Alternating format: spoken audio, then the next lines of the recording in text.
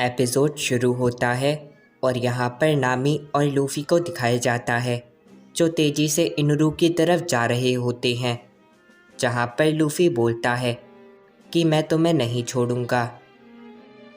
यहाँ पर इनुरू हर जगह पर बिजली गिरा रहा होता है, जिसे देखकर वाइपर बोलता है कि चाहे तुम कितनी भी कोशिश कर लो, पर कभी भी उस महान योद्धाओं के इतिहास को नहीं मिटा सकोगे।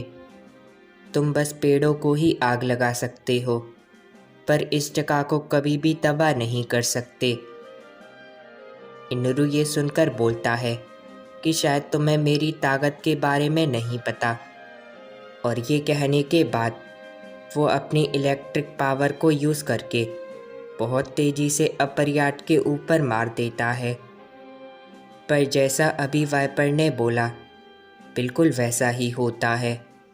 इनुरू अपर यार्ड को कुछ भी नहीं कर पाता, जिसे देखकर वहाँ के लोग बोलते हैं कि वो काफ़ी ज़्यादा ताकतवर हमला था, पर फिर भी अपर यार्ड को कुछ भी नहीं हुआ। यहाँ पर वाइपर ऊपर देखकर लूफ़ी से बोलता है कि जाओ और उस इनुरू को सबक सिखा दो। फिर यहाँ पर लूफ़ी और नामी को दिखाया जाता है जो तेज़ी से इनुरू की तरफ जा रहे होते हैं, जिसे देखकर इनुरू बोलता है कि अरे, ये बच्चा तो फिर से आ गया। यहाँ पर लूफ़ी और नामी इनुरू के शिप के पास पहुँचने वाले होते हैं, जिसे देखकर इनुरू बोलता है कि राइगो अब तैयार हो गया है, और ये कहने के बाद वो उस बड़े बिजली के बॉल मतलब राइगो को धीरे धीरे करके नीचे की तरफ लाने लगता है। और यहाँ पर सभी के सभी लोग और बाकी सब भी ये सब देख रहे होते हैं। यहाँ पर लूफ़ी नामी से बोलता है कि तुम्हारा शुक्रिया, तुमने जो मुझे यहाँ तक लाने के लिए मेहनत करी, मैं उसे ख़राब नहीं जाने दूँगा। और ये कहने के बाद वो नामी को वहाँ से नीचे बादलों के ऊपर गिरा देता है और खुद इनुरू से लड़ने के लिए चला जाता है और बोलता है कि मुझे कुछ भी करके इसके राइगो को रोकना होगा, वरना ये पूरे स्काइपिया को तबाह कर देगा। यहाँ पर इनुरू राइगो को धीरे धीरे नीचे की तरफ ला रहा होता है और लूफ़ी उस राइगो के अंदर चला जाता है और तेज़ी से अपना हाथ चारों तरफ हिलाने लगता है, जिसकी वजह से राइगो के अंदर की एनर्जी पहले से कम होने लगती है। यहाँ पर नामी ये सब देखकर बोलती है कि मैं समझ गई, उसके हाथ में गोल्ड है और उसी की वजह से वो बिजली उस गोल्ड से होकर जा रही है। जिसे देखने के बाद इनुरू काफ़ी ज़्यादा चौंक जाता है और बोलता है कि इससे पहले वो पूरे राइगो को तबाह कर दे, मुझे उससे पहले उसे नीचे गिराना होगा। और ये कहने के बाद वो राइगो को नीचे की तरफ लाने लगता है ताकि स्काइपिया को ख़त्म कर सके। और ये सब देखकर वहाँ के सभी लोग प्रार्थना करने लगते हैं और बोलते हैं कि काश कोई चमत्कार हो जाए और हम सब बच जाएं। यहाँ पर लूफ़ी को दिखाया जाता है जो उस राइगो के अंदर से पूरी की पूरी इलेक्ट्रिसिटी को ख़त्म कर देता है और वो पूरी बिजली की बॉल एकदम से टूट जाती है और आसमान एकदम से साफ हो जाता है, जिसे देखकर सब के सब लोग काफ़ी ज़्यादा चौंक जाते हैं और बोलते हैं कि आखिरकार ये सब अभी हुआ क्या? क्या हम सब बच गए? पर अगर हाँ, तो ये सब करा किसने? यहाँ पर उसॉप को दिखाया जाता है जो ऊपर देखकर बोलता है कि बहुत बढ़िया, तुमने उसके हमले को रोक दिया। और यहाँ पर वाइपर ये सब देखकर काफ़ी ज़्यादा चौंक जाता है और चिल्लाकर बोलता है कि लूफ़ी, प्लीज़ अब जाकर उस घंटे को बजाओ। जिसे सुनकर गैनफॉल बोलता है कि हाँ, प्लीज़ उसे बचाओ, क्योंकि ये माना जाता था कि जब वो घंटी वापस से कभी बजेगी तब लड़ाई भी ख़त्म हो जाएगी और सब बिल्कुल सही हो जाएगा।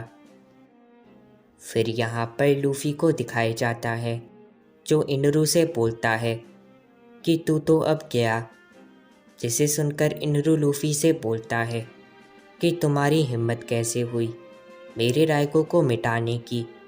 और ये कहने के बाद वो अपने सबसे ज़्यादा ताकतवर फॉर्म में आ जाता है और बोलता है कि ये 200 मिलियन इलेक्ट्रिक पावर के बराबर है और तुम चाहे कुछ भी हो पर इससे कभी भी नहीं बच पाओगे। और तुम्हें हराने के बाद मैं साबित कर दूंगा कि मैं एक असली भगवान हूँ और मुझे कोई भी नहीं हरा सकता।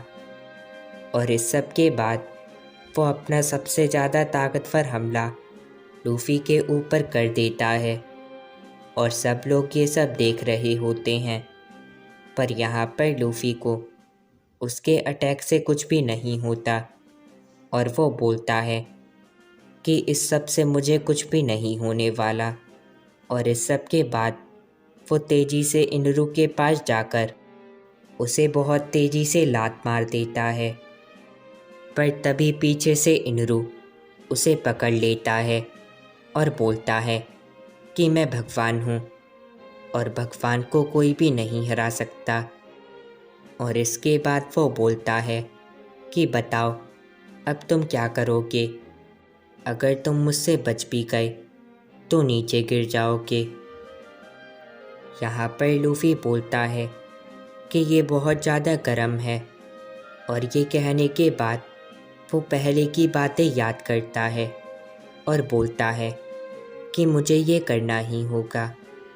और इस सब के बाद वो इनरू से बचकर वहाँ से नीचे गिरने लगता है, जिसे देखकर इनरू बोलता है कि अब तो तुम कुछ भी नहीं कर सकते।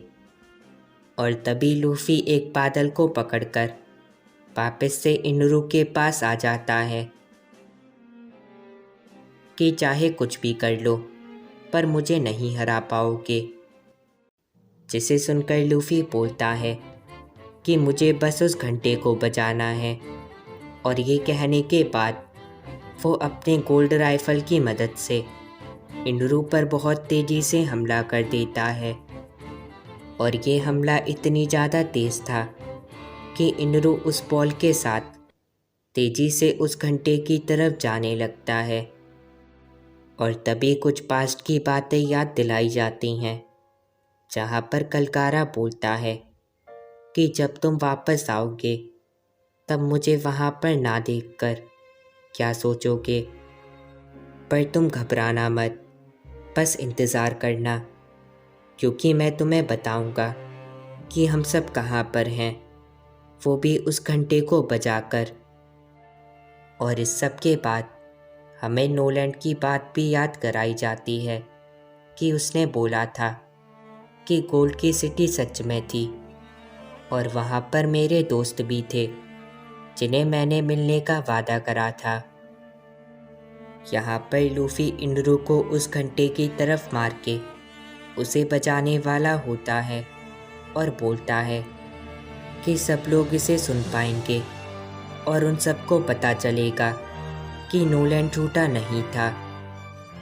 और इस सब के बाद इनरू बहुत ज़्यादा तेज़ी से उस घंटे की तरफ टकरा जाता है और वो घंटी 400 साल बाद वापस से बजती है। और लूफ़ी बोलता है कि क्या सबने सुना कि गोल्ड की सिटी सच में थी, वो भी 400 सालों से इस आसमान में।